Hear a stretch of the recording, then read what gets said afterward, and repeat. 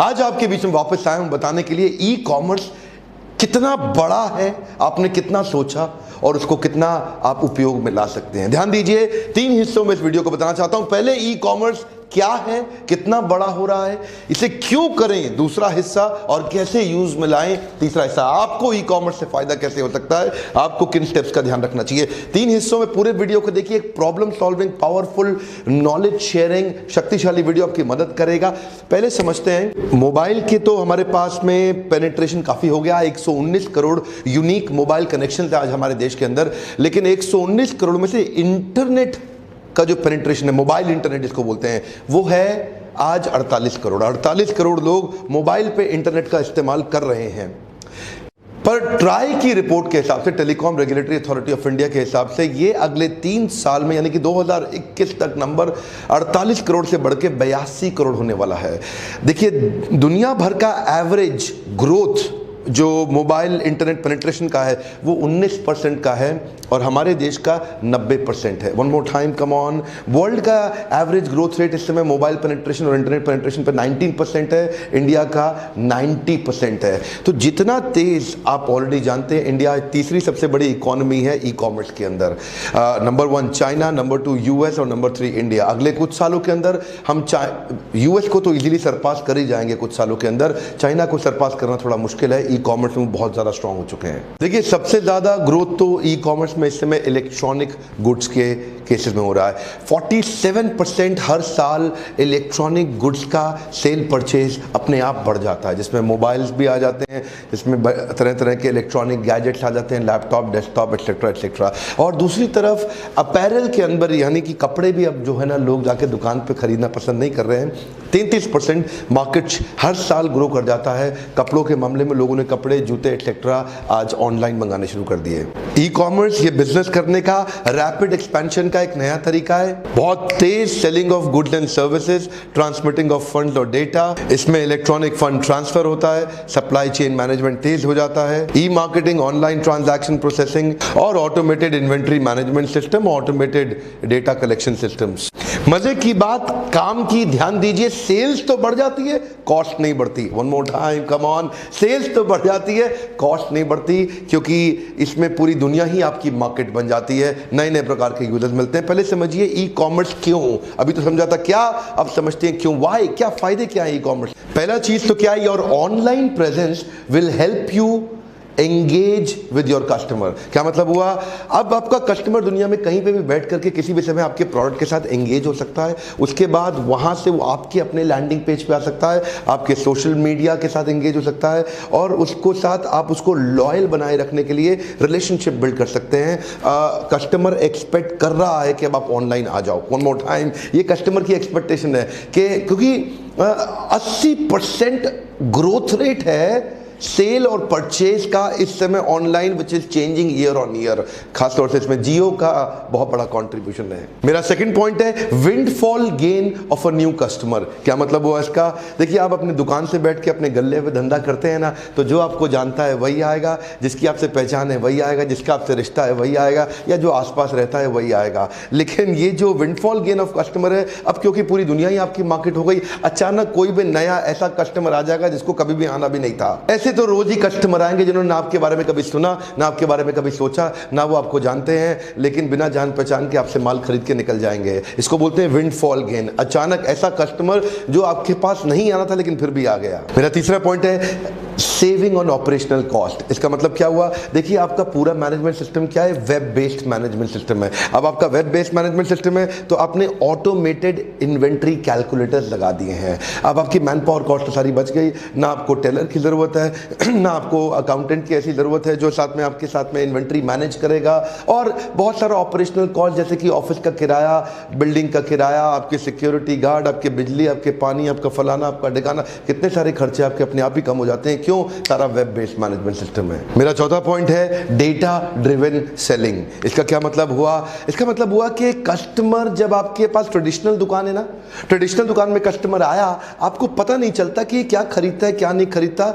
वहां पे परसेप्शन है आपके मन में कि मैं इसको ये बेचूं कि ये बेचूं कि ये दिखाऊं कि ये दिखाऊं, वो मैनुअल है। लेकिन यहां पे ई कॉमर्स सेटअप करने के बाद आप परसेप्शन बेस्ड ऑफरिंग नहीं करते, डेटा ड्रिवन ऑफरिंग करते हैं। इसका मतलब क्या हुआ, आप अपने कंज्यूमर की बाइंग हैबिट्स को डेटा के माध्यम से प्रेडिक्ट कर सकते हैं और उसको सही प्रोडक्ट को पोजीशन कर सकते हैं। ज़रूरत क्या है, आपको एक डिजिटल मार्केटिंग की टीम एस्टैब्लिश करना और जो आपके प्रोडक्ट को एक्चुअल पोजीशन करे। उससे क्या होता है, वो बाइंग हैबिट्स और बाइंग बिहेवियर को पढ़ के आप उसको रीसेल कर सकते हैं उसी प्रोडक्ट को।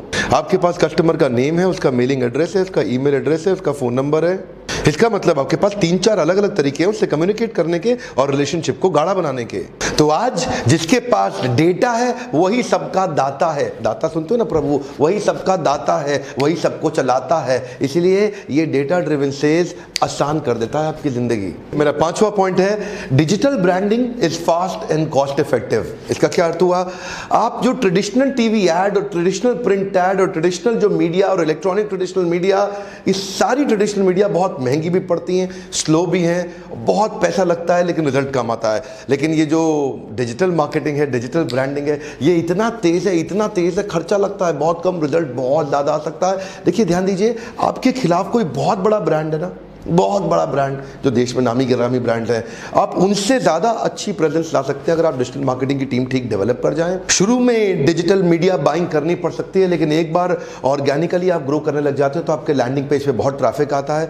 और ये जिन्होंने करोड़ों रुपया खर्च करके अपना ब्रांड एस्टैब्लिश किया ना, अगर आपकी कीवर्ड और पोजिशनिंग और डिजिटल सेंस और अंडरस्टैंडिंग आपकी टीम का अच्छा है तो 5-7 लोगों, 10 लोगों की टीम के साथ में आप बड़े बड़े ब्रांड्स को बीट करने के लिए तैयार हो सकते हैं। मेरा 6th पॉइंट है, digital sales pitching versus physical sales pitching. आपके ट्रेडिशनल स्टोर के अंदर आपको फिजिकल मैन पावर की जरूरत पड़ती है जिसमें ह्यूमन एरर का चांस हमेशा रहता ही है, लेकिन डिजिटल सेल्स पिचिंग के अंदर आप एक बार में perfect maximum as much as needed सारी इंफॉर्मेशन दे सकते हैं। अब तो ह्यूमन इंटरवेंशन की आवश्यकता नहीं, आपके आदमी को खड़े कर आके समझाने की बार बार आवश्यकता नहीं, मैन पावर की कॉस्ट खत्म हो गई इसके अंदर आपकी।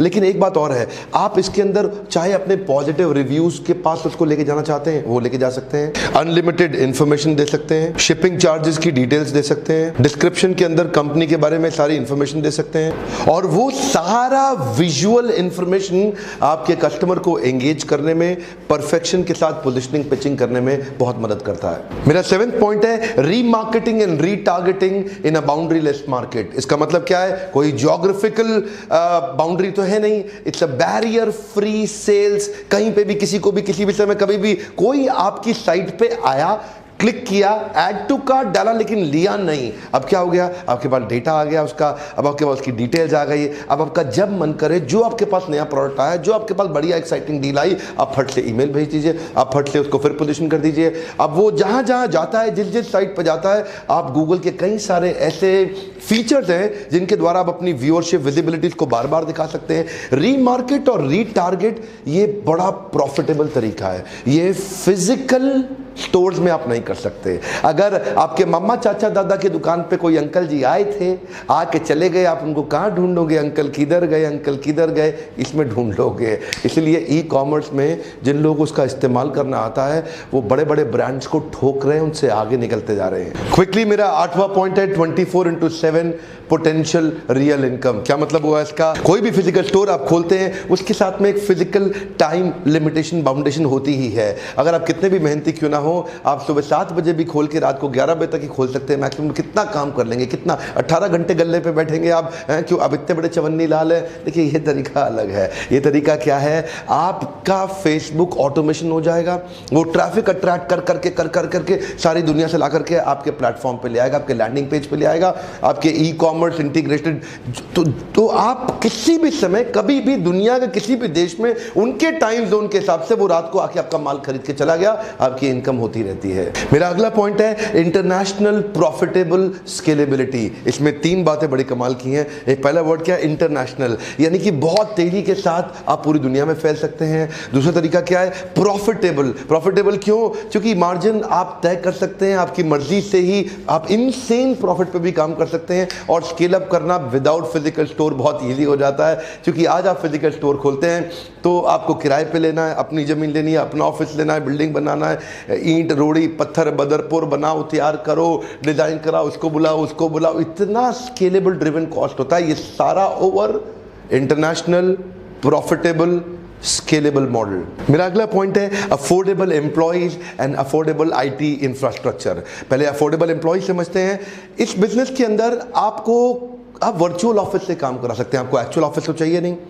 अब मान लीजिए आप दिल्ली या मुंबई में काम करते हैं, जहाँ कॉस्ट ऑफ लिविंग ज़्यादा है, कॉस्ट ऑफ मैन पावर ज़्यादा है, जहाँ पे कॉस्ट ऑफ इंफ्रास्ट्रक्चर ज़्यादा है, जहाँ पे ऑफिस स्पेस पर वर्क स्टेशन कॉस्ट ज़्यादा है। आपको चिंता नहीं करनी, आप फ़ोन करें भागलपुर में, वहाँ पे एम्प्लॉयज़ को एंगेज करें जो पढ़े लिखे हैं। बिहार में आप जाइए, आप यूपी में जाइए, ईस्टर्न वेस्टर्न, या आप चले जाइए किसी और रिमोट लोकेशन, किसी छोटी जगह पर जहाँ पर एक पढ़ा लिखा इंजीनियर मिल जाता है, वो वर्क फ्रॉम होम करना चाहता है, उसको वहीं से एंगेज करिए। उसकी सैलरी कॉस्ट कम हो जाती है और ऑफिस एडमिनिस्ट्रेटिव कॉस्ट अपने आप खत्म हो जाती है।